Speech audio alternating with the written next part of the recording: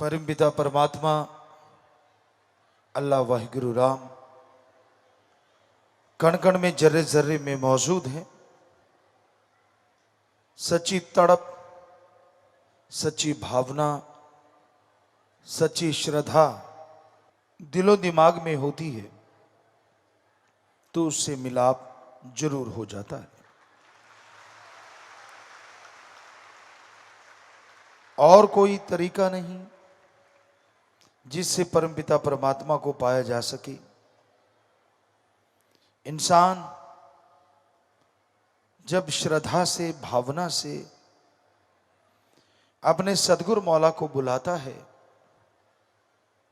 तो वो आके उसकी लाज बचाता है।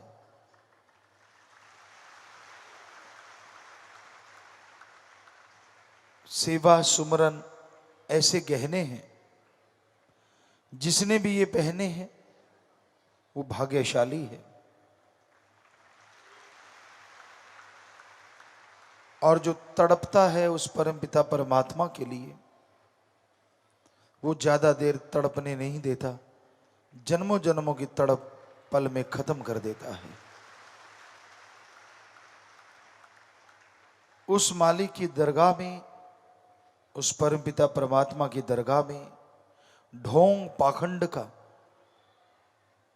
कोई नाम नहीं, कोई जगह नहीं।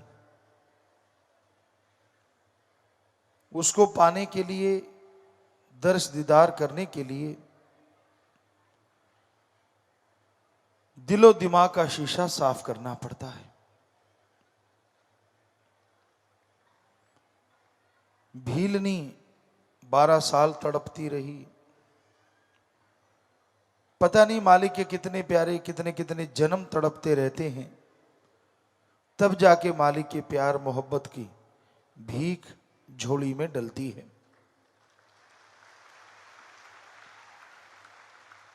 और जितना हो सके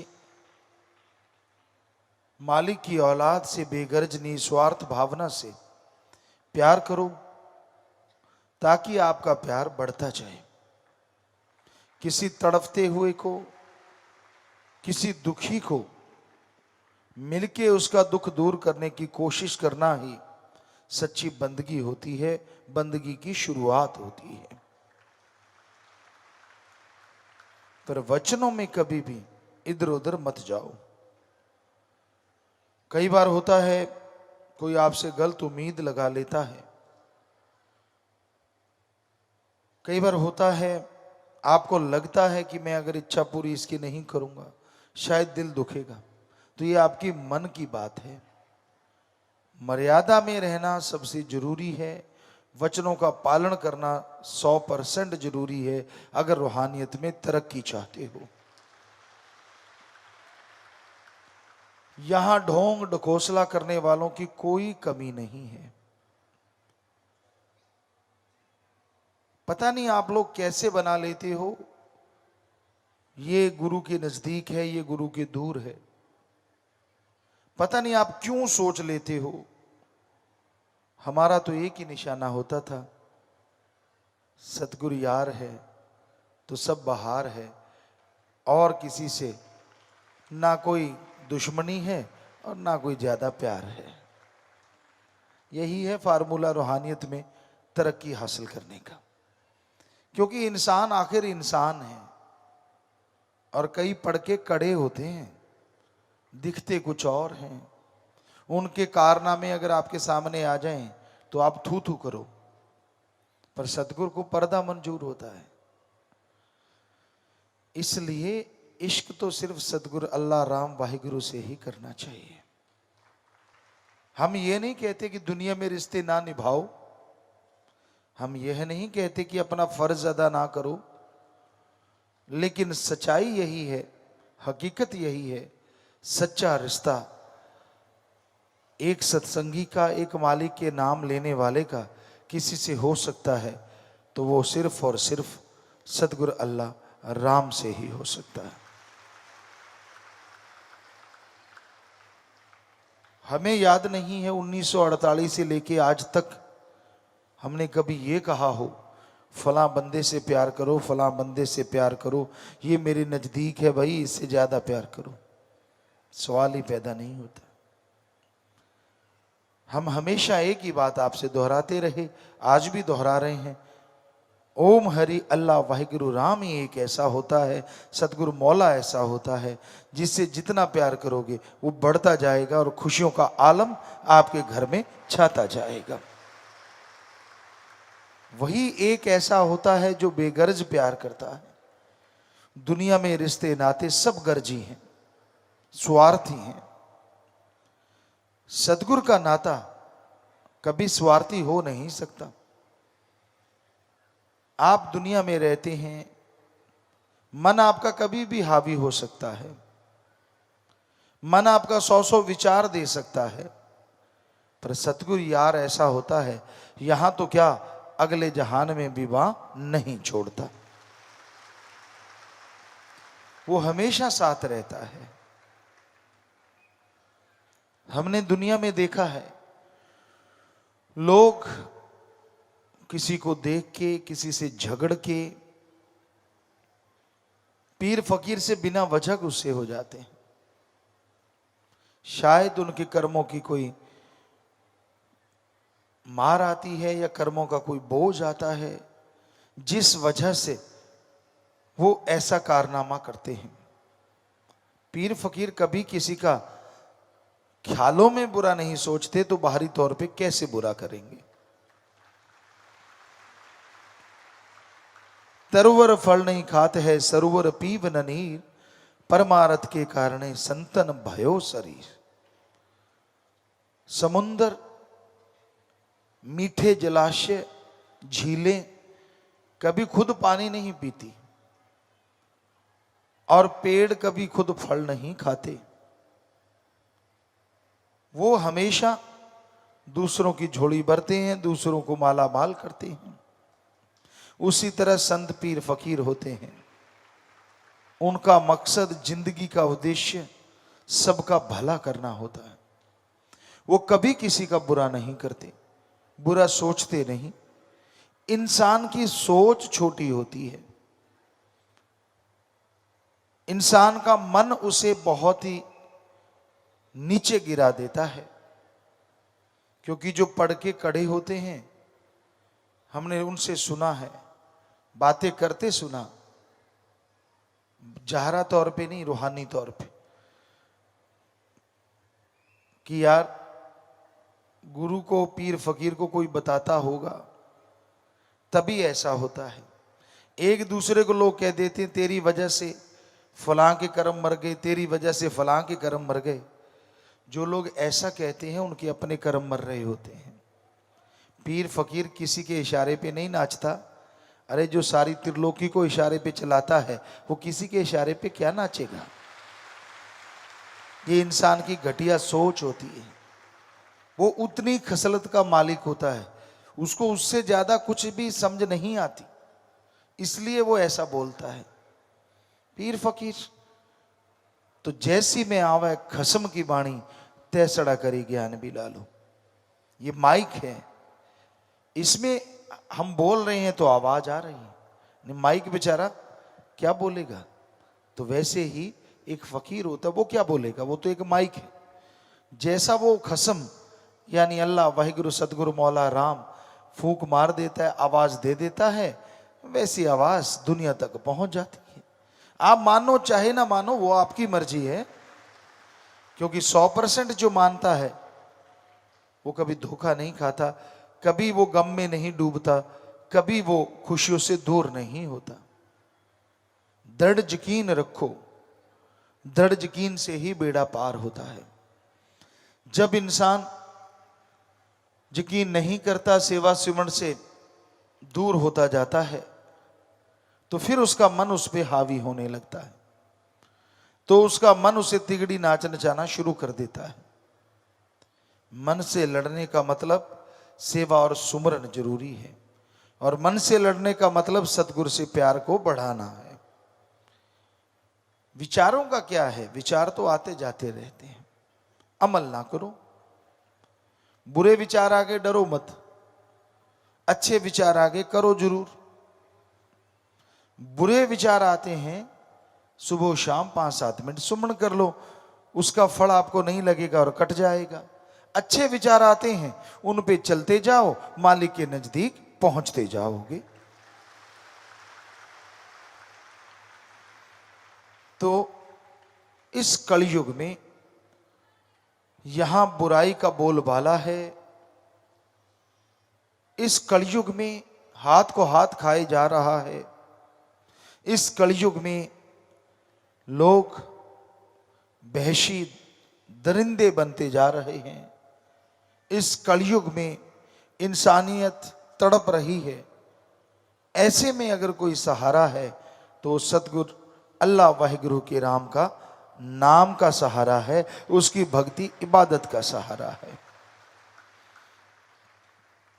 वरना कोई भक्त बन के भी आपको लूट सकता है।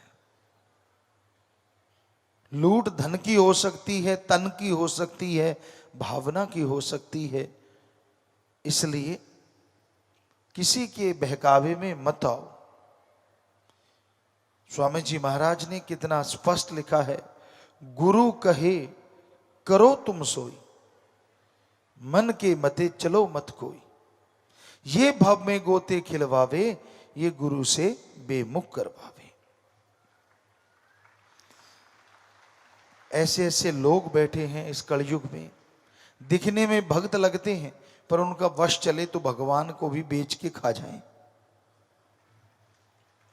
वश नहीं चलता और ना कभी चलेगा, क्योंकि वो सतगुरु अल्लाह राम एडा भोला खसम नहीं जेड़ा मकर चलित्र ना जाने। ये लाइनें इतनी जबरदस्त हैं, अगर आप हमेशा याद रखो तो शायद कम से कम सत्संग में और सतगुरु के सामने पखंड ना करो, झूठ ना बोलो। एडा भोला खसम नहीं जेड़ा मकर चलित्र ना जाने, ਇਹਦੇ घर विच ओहियो बस सकदी जेड़ी सब चतराइयां भुल जावे। बात ही खत्म हो जाती है। जिसने सारी सृष्टि बनाई उस भगवान ने, अल्लाह वाहिगुरु राम ने। आप कभी पेड़ पौधे देखो जो रास्ते में आते हैं, एक का पत्ता दूसरे पेड़ के पत्ते से नहीं मिलता। एक ही नस्ल होने के बावजूद टहनियां और उनका जो बड़ा टहना होता है जिसों, वो भी कभी आपस में मिलते आपको नजर नहीं आएंगे। और अलग अलग किस्में कितनी हैं, किसी के पत्ते में कोई डिजाइन, किसी के पत्ते में कोई डिजाइन। तो कुदरत के कादिर का क्या कहना, वो तो गजब का है।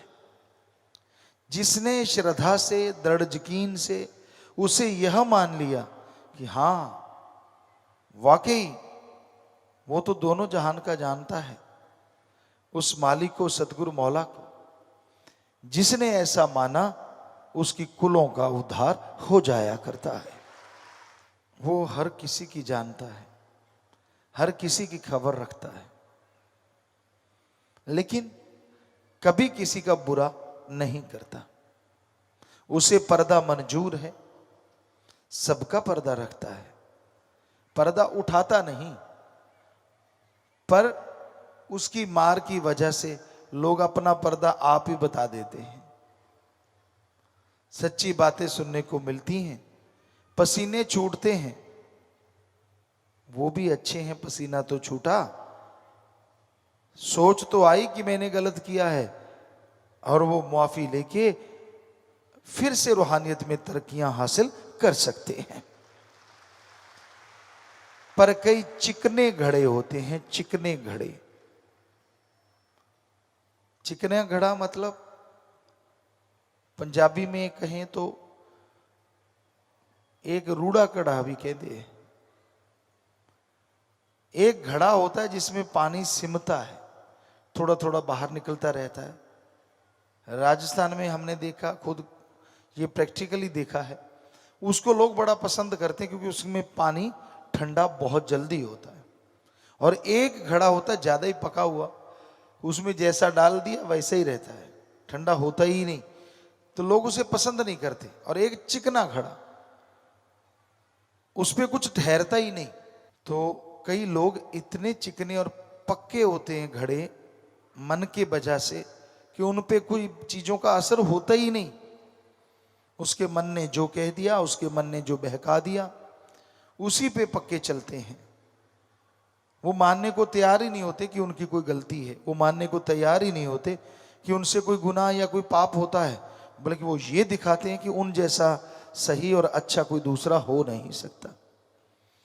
तो वो धोखा खाते हैं, उन्हें खुशियों से दूर हो जाते हैं।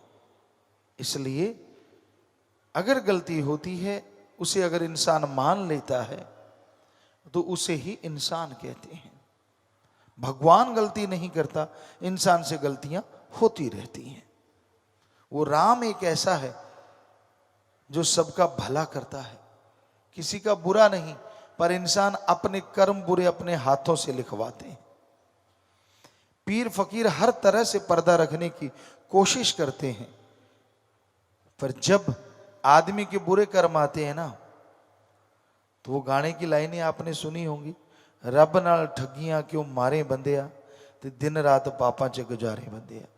फिर वो रब से भी ठगियां मारनी शुरू कर देता है। पंजाबी में एक कहावत है, गिद्दड़ दी मौत आउंदी है जट दी मुन्नी नाल आके कहंदे। मुन्नी मतलब हल जोतते हैं, उसके साथ आके वो रगड़ा रगड़ी करने लगता है, और फिर जट सौदा ऐसा ही होता है जो हाथ में आकर तड़ाक मारता और लत्तां दां हो जाती हैं। तो समय समय की बात होती है, लेकिन कहावत कई बार सच्ची होती है कि जब इंसान के बुरे कर्म आते हैं तो रब नाल ठगियां मारनी वो शुरू कर देता है। इसलिए उससे कभी भी कुछ छुपाओ ना, वो कण कण में जर्रे जर्रे में मौजूद है।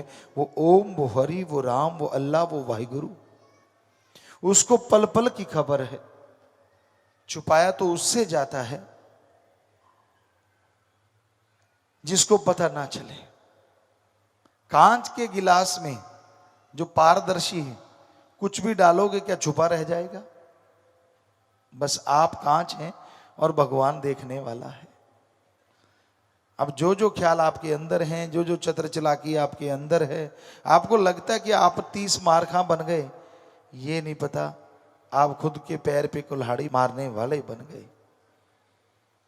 क्योंकि उससे छुपा के जो भी पाप गुनाह आप करते हैं, उसका फल आपको मिलता जरूर है और आपको भोगना जरूर पड़ता है।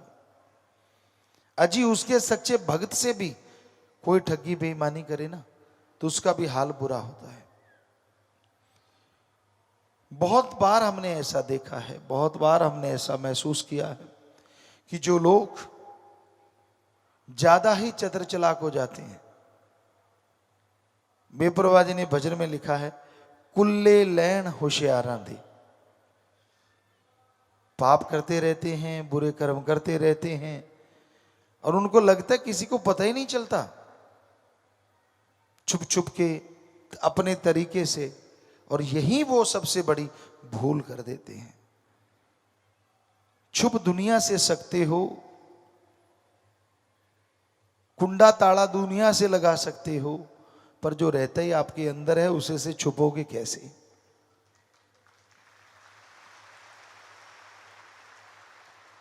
पर्दा इंसान से कर सकते हो, हैवान से कर सकते हो, राक्षस शैतान से कर सकते हो, पर जो एक एक आपके विचार को जानता है, उस भगवान से पर्दा करोगे तो करोगे कैसे?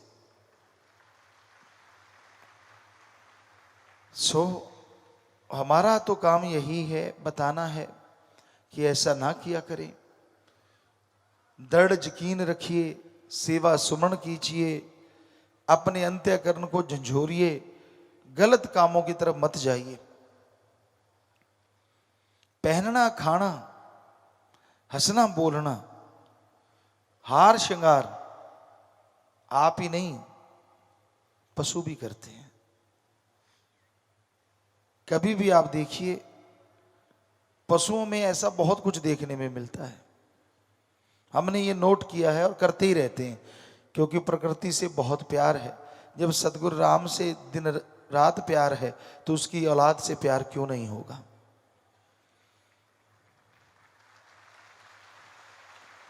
हमने देखा पशु पक्षी परिंदे आपस में मिलते हैं, बातचीत करते हैं, तो वो भी हार श्रृंगार करते हैं, अपने आप को सजाते हैं, संवारते हैं, अट्रैक्शन पैदा करने के लिए।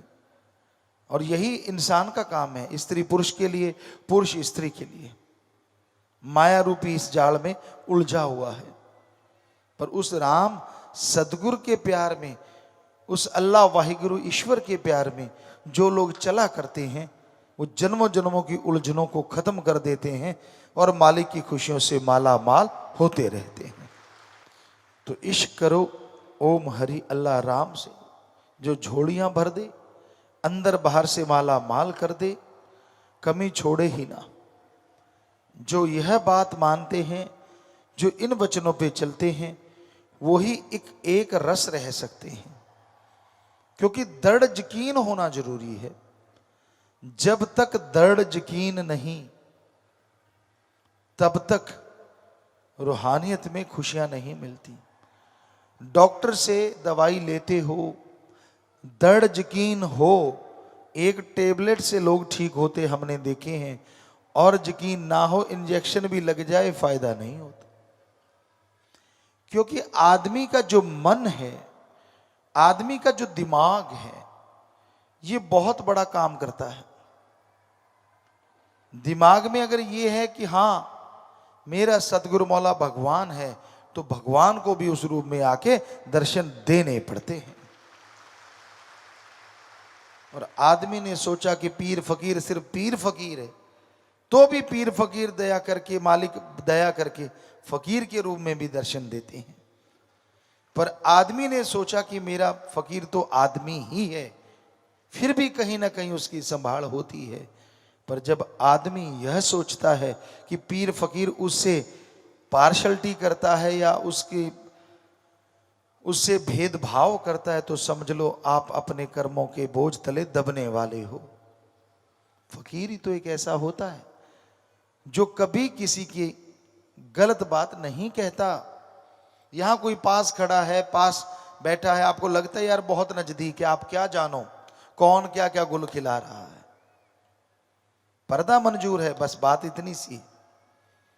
इसलिए कई बार होता है कि यार फलां बंदे ने मुझे कहा है, वो तो पिताजी कहेंगे तभी कहेगा। आपको कैसे गारंटी है भाई? जब हम स्टेज पे बैठ के गारंटी नहीं देते कि कोई भी आदमी कुछ भी कह सकता है, किसी की कोई गारंटी नहीं सिवाय फकीर के, सिवाय भगवान के। जब हम स्टेज से गारंटी नहीं देते, तो आप कैसे मन बना लेते हो यार ये बंदा तो पिताजी के कहने से कर? सवाल ही पैदा नहीं होता। आपको उदाहरण बताते हैं। आप सबको पता, बहुत सारे जो पुराने सत्संगी पहले के, 1990 में शास्त्राम जी दाता रहबर ने हमें बुलाया, और आते ही हमने एक चीज की थी कि परम पिताजी के जो मुखार बिंद से पवित्र वचन होंगे 100% सबको फॉलो करने। जो पास पास सेवादार थे उनको, साथ संगत को तो जैसे सतगुरु बोले वैसा ही था। तो अब बेप्रभा जी ने ऐसा देखा, उन्होंने बोला स्टेज फलां जगह लगानी है तो फलां जगह। बेप्रभा जी बड़े खुश हुए, कभी स्टेज यहां लगवाएं कि भाई हम पूछते बेप्रभा जी कहां लगानी है कल को, धीरे से पूछते और धीरे से बेप्रभा जी कहते, स्टेज पे बैठे बैठे ही कई बार कहते कि नहीं आज यहां नहीं कल वहां लगाना। तो हम आते आते बोलते शाम को यहां, आगे से कोई नहीं बोलता था। फिर तो बेप्रभा जी इतने खुश हुए, तेराबास में हम बैठे, बेप्रभा जी कहने लगे बैराग आ गया, हम चरण छुए, बेप्रभा जी छाती से लगाया, बड़े खुश हुए, कहने लगे ऐसा हमें एक ही भी क्यों नहीं मिला पहले। तो हमने अर्ज करी सतगुरु हम तो थे ना, आप हमें पहले बुला लेते। तो बैराग आया, बेप्रभा जी बड़े खुश थे, कहते हम स्टे यहाँ कहते हैं वहीं लगा होता। लोगों को कहते, लोग हमारे जो पास आस वाले हैं उनको लगता है कि पिताजी परम पिताजी को तो शायद मतलब भूल जाते हैं बात कह के, कहते हमें 100% पता होता है, वहां कह के गए थे और वहीं लगी पड़ी होती है। हमें ये भी पता है ये सब तेरा काम है। हमने कहा जी ये आपका ही काम है, आपसे इश्क है तभी इधर हुआ है, इधर वरना कुछ भी नहीं है। तो बड़े खुश होते, ऐसी बातें हम बहुत देर तक करते रहते। और बेप्रभा जी कहने लगे नहीं ये सच है। तो हमने कहा पहले बुला लेते ना, कहते नहीं पहले दूसरा काम भी लेना था, बच्चे भी तो पैदा करने थे, वो भी जरूरी था। तो बेप्रभा जी के साथ ऐसी ही बातें होती थी। एक तब कविराज जो होते थे ना, वो शब्द गाते थे और इतना लटका देते थे। बेपरवाह जी स्टेज पे बैठ के, हमें सबसे पहले हमें याद आता है, बेपरवाह जी ने स्टेज पे बैठे बैठे हमसे बात ही ये की थी, कहती ये रबड़ होती तो टूट जाती, इतना लटका दिया शब्द। और ढोलकी वाला और थपक थप थप थपक, कहते इससे कम कैसे बजाएगा ये। तो फिर हमने उन ढोलकी मास्टरों को बुलाया, अरे बीट डबल भी होती है और सिंगल भी होती है, उसी पे डबल बजा सकते हो, उसी पे सिंगल, तो डबल क्यों नहीं बजाते। उसके बाद आपने कभी नहीं देखा होगा ढोलकी वाले लटकाते, वो जब भी लटकाते हम उनको देखते हैं फटाफट तपक तपक तप तपका तपक तप तपका। हमने सारे देखते, बेपरा जी बड़े हंसते, और कई बार आपने हंसते देखा होगा हमारे साथ। तो कहती अब क्या हो गया, हमने कहा जी आपका जादू चल रहा है, वो हमारी आंखों से चल रहा है वो अलग बात है, पर चला आपका ही रहा है। तो बहुत ऐसी बातें हम स्टेज पे बैठे बैठे करते रहते। तो ये उनका रहमो करम, मुरीद को ऐसा होना चाहिए। परम पिता जी ने शरेआम बोला, आज तो टाइम ही नहीं है, जरा सी बात किसी को कह दो उसकी पूंछ टेढ़ी हो जाती। टेढ़ी का मतलब होता है अलग ही दिखने लग जाता है। अब सोचो सबकी पूंछें टेढ़ी होती तो जगह कितनी चाहिए होती पशुओं की, वो सीधी होती है ना, पीछे छुप जाती है। अगर वो यूं निकाल के चलते क्या होता, खुद ऐसे जा रहे हैं और पूंछ ऐसे ऐसे जा रही है पीछे, आपकी निकल आती है कईयों की, हमें पता चल जाता है इसकी निकली हुई है। और बड़ा दुख लगता है यार, कुछ कहा भी नहीं, कुछ बोले भी नहीं, इसकी पूंछ पहले ही टेढ़ी हो गई। पता नहीं क्यों हो जाती है, समझ ही नहीं आती ये पूंछ टेढ़ी करके क्यों जा रहा है। आपको नहीं दिखती, हमें ऐसी बाहर निकली हुई दिखती है। अगर सबको दिखने लगे तो होगा क्या। आप तो कहते हो आपकी पूंछ है ही नहीं, पर हमें दिखती है आपके है। वो आपको लगता है वहां खत्म होगी, निकली हुई है। बहुतों की है, सबकी है, किसी की सीधी रहती है, बहुत सत्संगियों की तो सीधी रहती है। राम गुरु गुरु किया, राम राम किया, सदगुरु पे 100% यकीन, और बल्ले ही बल्ले बल्ले ही बल्ले बल्ले ही बल्ले, किसी चीज की कमी नहीं। पर कई बैठे होते मीन मेख निकालने वाले, वो मीन मेख ही निकालते, कितना बढ़िया प्लास्टर हो उनकी निगाह तरेड़ ढूंढती रहती। तो कई ऐसे बैठे होते जो हमें पढ़ते रहते, अच्छा पिताजी ने ये बोला इसका मतलब ये था, उसका मतलब वो था, इसका अब आशीर्वाद भी दे दिया ना, अच्छा वहां कौन बैठा है, अच्छा उसको, अरे तूने अपनी खुशियां भी उसकी झोली में डाल दी। ये तुझे नहीं पता ये रूहानियत है, मजाक नहीं। हमने देखा है, हम उसको देख भी रहे होते हैं, बेटा किसको देख रहा है, वो उसको देख रहा होता है, हम उसे देख रहे होते हैं, हम उसको खुशी दे रहे होते हैं, वो उसको दे रहा होता है, कहता मुझे नहीं चाहिए उसी को दे दो। देखो है ना कलयुग, है ना कमाल। तो जो पढ़ के कट जाते हैं उनका हाल ये होता है। साथ संगत जी, अकेले का पर्दा उठाएं तो गड़बड़ हो जाएगी, सांझी बात तो कह ही सकते हैं ना। तो सतगुर पे दृढ़ यकीन रखो। ये आशीर्वाद यूं मिला, परम पिता शास्त्र नाम शाह मस्तान और वो भगवान ऐसी कृपा करते हैं फकीर के द्वारा कि वो त्रिलोकियों तक पार हो जाता है। आप अपनी बात करते हो, बड़ी अजीब बात, बड़ी ही अजीब बात। जिनको ये लगता रहता है मेरे को तो नहीं, मुझे तो देखा ही नहीं, तेरे देखने में क्या लट्टू लगा हुआ है, क्या तू 24 घंटे सिमरन करता है, क्या तू दिन रात मानवता की सेवा में लगा हुआ है। हम आपको गारंटी देते हैं हो ही नहीं सकता कि उससे आंख ना मिले, चाहे वो रूहानी रूप में मिले चाहे जहरा रूप में मिले, 100% मिलेगी और जरूर मिलेगी। पर सारा दिन जुल्ली तपड़ा तोड़ रहे हो तो फिर आंख भी मिलाना चाहते हो, मिलेगी तो कौन सा आपको फायदा हो जाएगा, मिलती भी रहेगी। सो ऐसी बातें ना आने दिया करो, ना किया करो, क्योंकि फकीर सबके लिए ही दुआ करता है। वो आशीर्वाद का मतलब होता है कि मालिक जितने तेरे बच्चे यहां बैठे हैं तू अपनी निगाह से देख, तो वो मालिक उस फकीर के हाथ के द्वारा उनके झोलियों में रहमतें डाल रहा होता है, उनकी आत्माओं को माला माल कर रहा होता है, उनके ऊपर दया में रहमत की मूसलाधार बरसात कर रहा होता है। और आप चेक करने लगे दूसरे को तो आपकी मूसलाधार बरसात जो आप पे पड़ रही थी जाके किसी और पे पड़ने लग जाती है, उसका भला हो जाता और आप खाली हो जाते हो। ये है हकीकत, ये है रूहानियत। पर कई नहीं देखते, कई तो फिर चालाक होते ना, वो हम जानबूझ के इधर देख रहे होते हैं, निगाह वहीं होती है और वो देखते हैं अच्छा पिताजी उधर देख रहे हैं, धीरे धीरे अच्छा उधर वो है हमने क्या पता, हाँ हाँ ठीक है।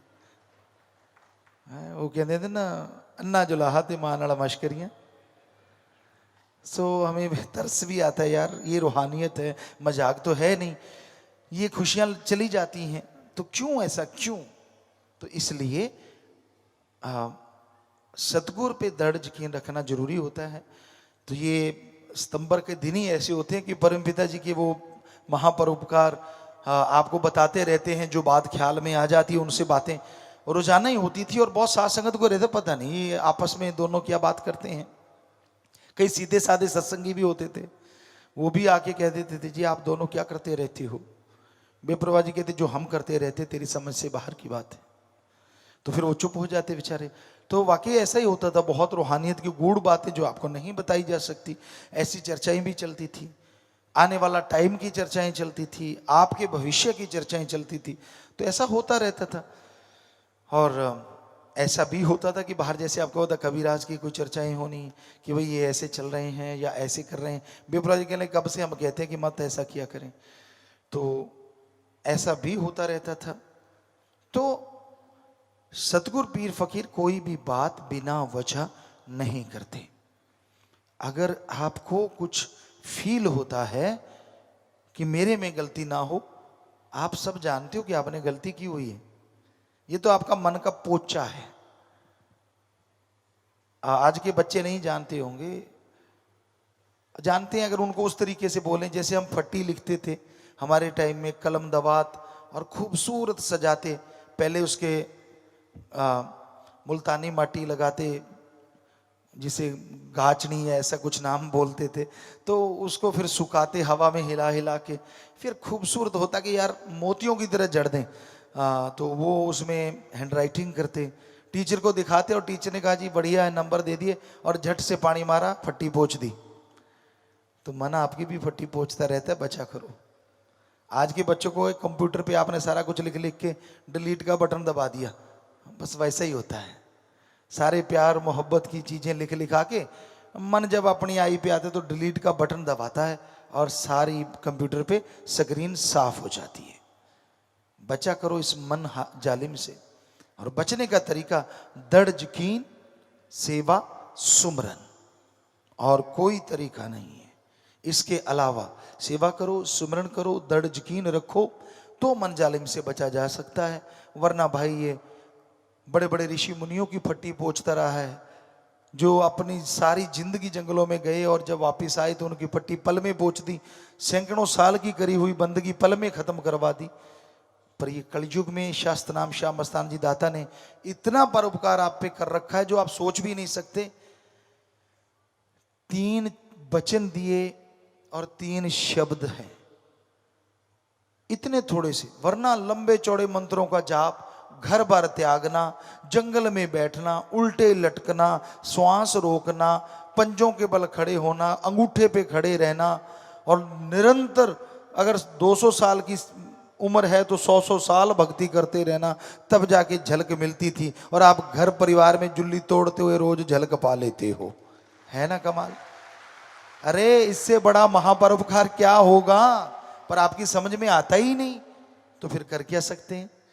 पता नहीं यार आप बच्चन नाना होंदे फिर तो आप भक्ति कर लेंगे। अच्छा मालिक भी आपके हिसाब से चलेगा यार, ये मानने में थोड़ा सा ज्यादा ही जोर लगता है बेटा। यहाँ जोर लगता है वहीं रिजल्ट आता है।